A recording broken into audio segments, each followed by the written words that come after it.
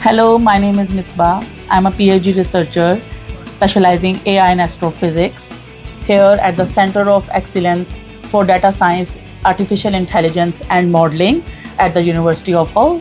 We are here for another episode of Project Spotlight series, and we have Ayo with us, so he will introduce himself. Thank you. Hello, my name is Ayomide Onikoyi. I am an MSc student at the DAIM. Okay, thank you, Ayo. So can you please just tell me what inspired you to choose your project in AI and data science? Well, so actually part of my inspiration for choosing this project was my project supervisor. Oh. So I always wanted to do something in AI in medicine. But my project supervisor, I spoke to him about it earlier, and he told me about a conference. Okay. Yeah, so I went for the conference, and I was able to speak with some radiologists. So I spoke with some radiologists and some doctors. In the conference? Yeah, in the conference. And the one thing that stood out from speaking to them, they said most times, most researchers build products for doctors, or they build products for people in a specific domain, but they don't actually talk to those people in that domain. Okay. That there are sometimes some things are more important to them than, say, maybe chasing the highest accuracy, for instance. We as AI researchers think in one specific way sometimes, and it's very important to speak to people in that domain. Yeah, true. So that's what inspired me to do the project. Great, thank you. So can you please tell me the main objective of your research? Hello, I'm Dr. Daniel Farrow here at the Center of Excellence for Data Science, AI and Modeling at the University of Hull. AI is changing the way that big organizations operate, and that's why we're really excited to be launching a new MSc this January, Artificial Intelligence for Business. Alongside the same great content that we teach in all of our MScs, like Python programming and data science, we have two bespoke modules for this MSc about how to use AI and data in a business context.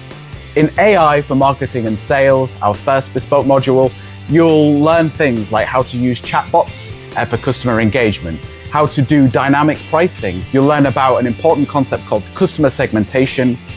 You'll learn about recommendation engines, and you'll also learn advanced topics like sentiment analysis and natural language processing. In the other bespoke module, Big Data for Business, you'll learn an introduction to big data, a key thing in business. You'll learn exploratory and causal analytics, different platforms for storing big data in business, data mining and web scraping, applications of big data in business, and also time series analysis for business contexts. In your third trimester, you'll get to do an original project under the supervision of one of our members of staff. This course is open to a wide variety of people from different backgrounds. You don't necessarily need a science degree as a conversion course, we're the ideal option for people who are looking for a career change, for example. Please, we're really looking forward to you joining us in this £4.5 million teaching facility here in the DAIM lab. And I'd also like to highlight that our teaching was rated gold in the last Teaching Excellence Framework 2023. If you have any more questions or want specific information about the entry requirements for this course, then I would recommend you check out the website. Thank you. Yes, so the main objective of my research was to try to help chest x-ray, so chest x-ray images. Chest x-ray, okay. Yeah, so when you take chest x-rays, was to try and make these chest x-rays more reliable, trustworthy, and to allow them to be able to say when they are uncertain. Okay, so what techniques you have been used for your... So to achieve this, I used conformal prediction. Basically, the goal was to use conformal prediction allows you to be able to estimate uncertainty of a model. So if you have a model that's predicting a data set, and you want to predict a future data set, the conformal prediction techniques are able to say, oh, this new data set is quite unfamiliar with the previous data sets that we have. So the model is quite uncertain when predicting, making this particular prediction. So let's say we are predicting a chest x-ray for cardiomegaly, large enlarged heart. And you use a conformal prediction model to make you train that on the head. You're able to estimate that the uncertainty of that model. So in a way, it can kind of help you. So what I used that to do was I used it to create like a triage policy, being able to say that at a certain point, the model should not predict. The model should instead escalate to the doctor. So what was your main model name like? So the main model I used RAD-Dino, which is a vision transformer. Okay. So that was the main model I used. Supervised? Yes, it's a supervised learning model. Oh, great, good. So I have another question for you. So what challenges did you face during your research, and how did you overcome them? I faced quite a lot of challenges during my research. Right. First of all was making sure I could get the best, highest quality data possible. Yeah, in the healthcare, there's a very big problem with the data set. Yes. Finding the Sometimes you wouldn't even be allowed to use some data sets. You have to request for access. You have to, The data set is a big problem. Very big problem. Yeah. So how did you overcome it? So I had to request for access to the patches data set. Okay. I had to limit my work to a subset of hand annotated data sets. That's data set that was like annotated by doctors themselves or radiologists themselves. Because what they did was they took a subset, they annotated it by hand, and then they used AI to label the rest. Did you get your data directly from the doctors, from NHS Yes, so doctors? I just only used the ones that were like labeled by hand, just to make sure like the model could be as accurate as possible. Since I'm trying to predict uncertainty, I have to be as accurate as. So how large was your data? I think it was about 20,000 images or so. Yeah. Oh, 20,000 images. That's not bad. Yeah. Yeah. I predicted it on. The RAD-Dino was already trained, so I could use a subset that wasn't. Yeah, because of extremely supervised big. learning. Yeah, true. Okay, so can you please tell me like how your project could impact in real world problems or any industries like in healthcare? So the main hope at the end of the day, like for this project, is that actual doctors would be able to use it. So say if you were in a rural area, for instance, and you had maybe you had 10 doctors and like one radiologist. Okay. And you had this model that can actually help the radiologist, instead of the radiologist having to review everything, you could tell the radiologist to only review say 30%, and we can drop the amount of false negatives to almost zero. That's the amount of diseases that would have gone by unnoticed, unpicked by the model. So like the way we're able to do that is because the model is able to tell you to escalate 30% of cases. That's the policy. So it's able to give you or give the doctors only a subset of data to review, thereby saving them time, from having to review everything, but also making sure that they have a model that can actually, Yeah. So during that process, did you find any surprising findings from your project or anything like you can implement in real world? Yes.